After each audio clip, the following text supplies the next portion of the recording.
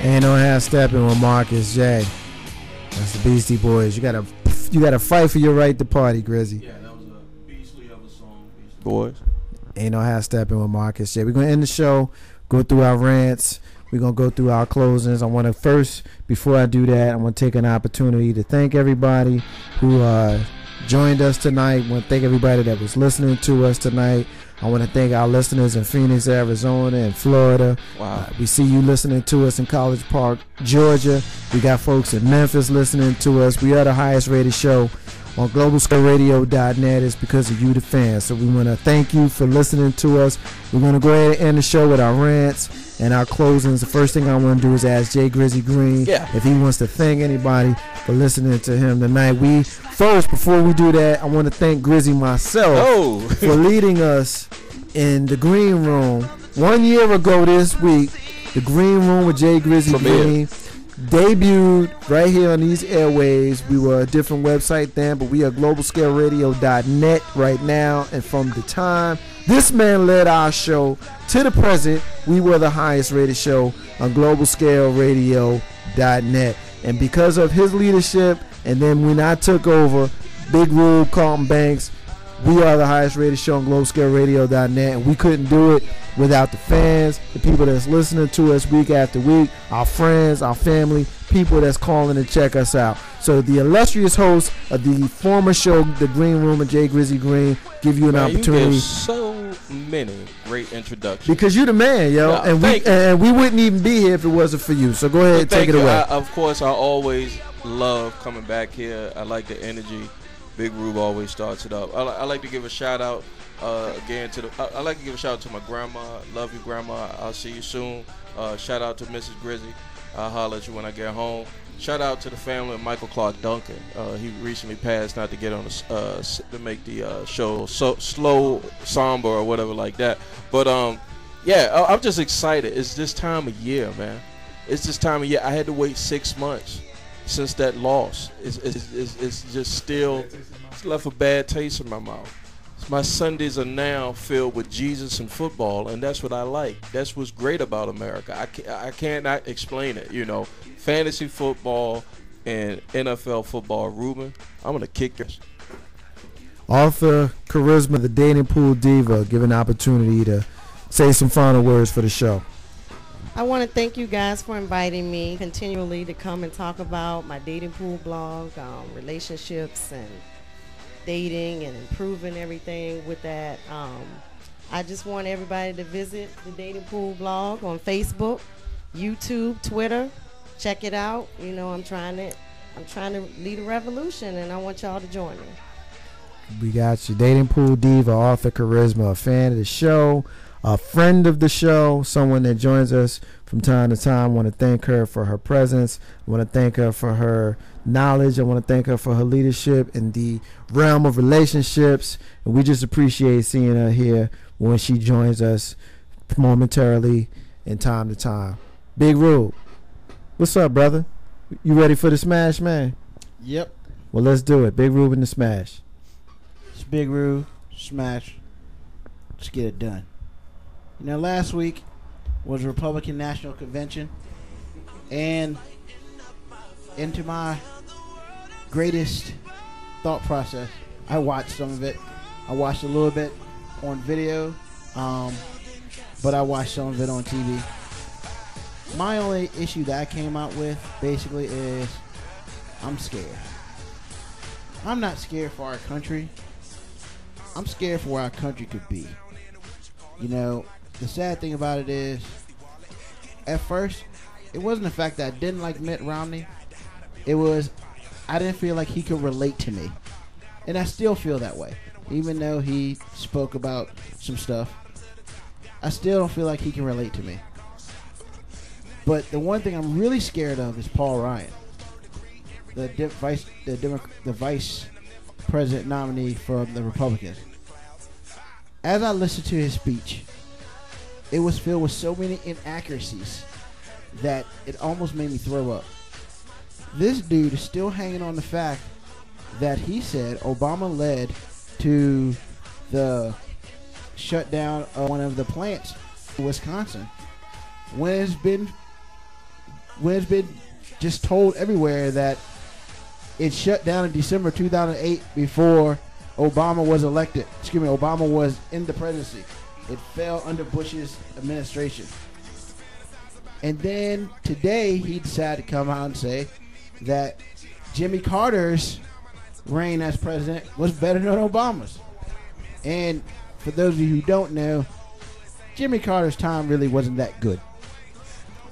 My issues that I feel like are, yes, for my friends who are capitalists, Mitt Romney might be able to balance the budget. But the biggest problem is at what cost? He's going to balance the budget, but women are going to lose their right to have abortions for whatever reason. So when you go vote, think about this. Is the budget being balanced worth the freedom of choice that you currently have today? I'm not saying either person is right or wrong. What I am saying is that the freedom of choice to me is more important than everything else.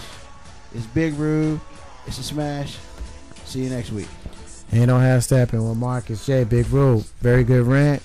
I agree with you. I was watching the presumptive, well, he's not presumptive anymore. He's a person who is running for the vice presidency on the Republican side. And as I was watching him, I was screaming at the television at some of the lies he was telling, particularly the lie he told about the current president, Barack Obama, shutting down the GM plant in his hometown, when we know that plant was set to be shut down in May of 2008 and was eventually shut down in December of 2008, which was a full month before President Barack Obama took office. So there's a lot of lies came out of last week, but you know, it is what it is, because real talk is going to be a lot of lies that we're going to hear next week, or this week, I say, with the Democrats. Wolves and foxes, brother. That's what it is. Call them banks. It's not unusual, brother. You know, clothing and shoes has no face. Anybody can wear it, whatever they want. Could be Giants, could be Charisma's shirt, could be what Reuben's wearing right now. You know what I want to wear next week when I come up in here? I want to wear a Confederate flag. I want to see what happens when I show up wearing that shirt or that particular color. People tell me it's not about hate. Okay, it's about history. It's about a history that was a part of hate. Am I wrong in saying that? I just need to understand what it is that I'm supposed to understand, because, again, it is history. It's a history of somebody wanting to keep people as slaves. That's a good thing? And again, I'm supposed to celebrate it? I don't know. I just don't understand. So, as I said, next week, I'm coming up in here with a Rebel shirt on. I don't want y'all to look at me funny, because, again, if it's sold on the racks, I should be able to buy it and have no qualms about it. That's my rant. I know it's unusual for me to say something like that, but, hey, it is what it is tonight. Getting ready to go do my draft, kick another bunch of people butts, including Big Rubes. Holla!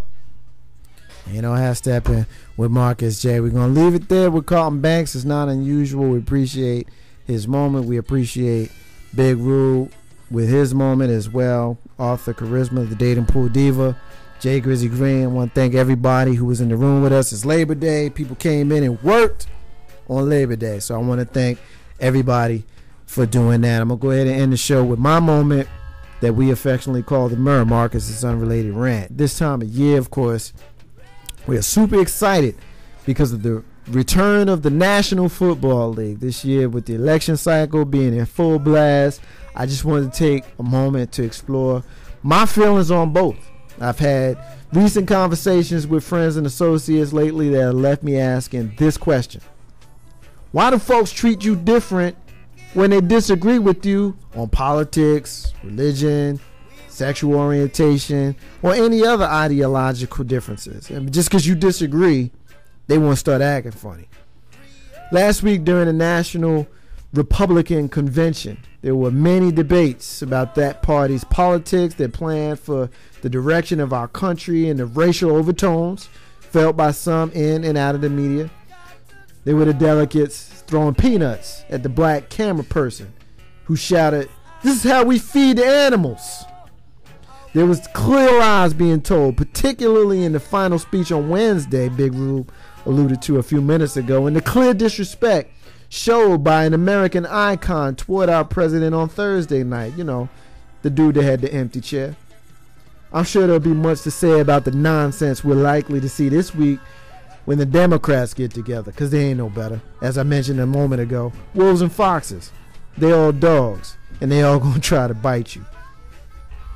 Religion will always be a source of discourse when you have folks who are confident that their religious language is the sole vessel to reaching the grand architect of the universe. Most refuse to acknowledge the possibility that other religions might be onto something, or even acknowledge that the Creator loves all people, regardless of what day they meet for their worship. Some folks go as far as to assume that all are radical because of the actions of some.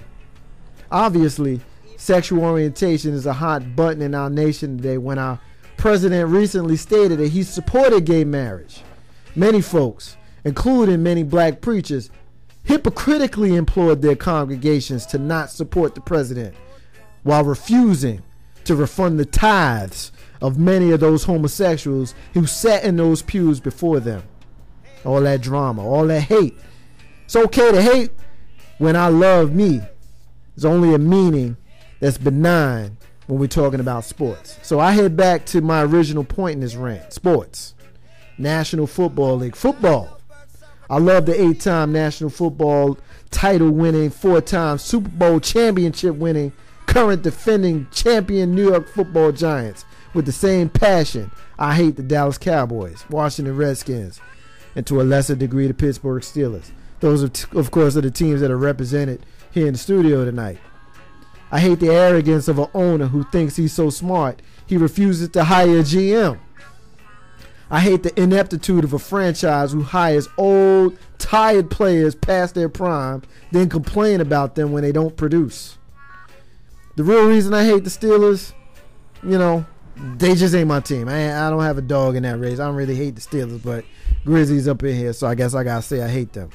Hate in the fun sense, because when it's all said and done, we'll sit here, we'll talk all trash, we'll throw our darts at each other, have a drink, move on. We can sit here and say the meanest and most hateful things about each other because it's all in fun, you know, all in the name of sportsmanship, and we know it. So it's football, it's our teams. I was talking to a brother the other day who doesn't like sports, and he asked me, why do cats get so caught up in their teams, their venom about other teams and things like that? Explain to him camaraderie, the passion, the fun.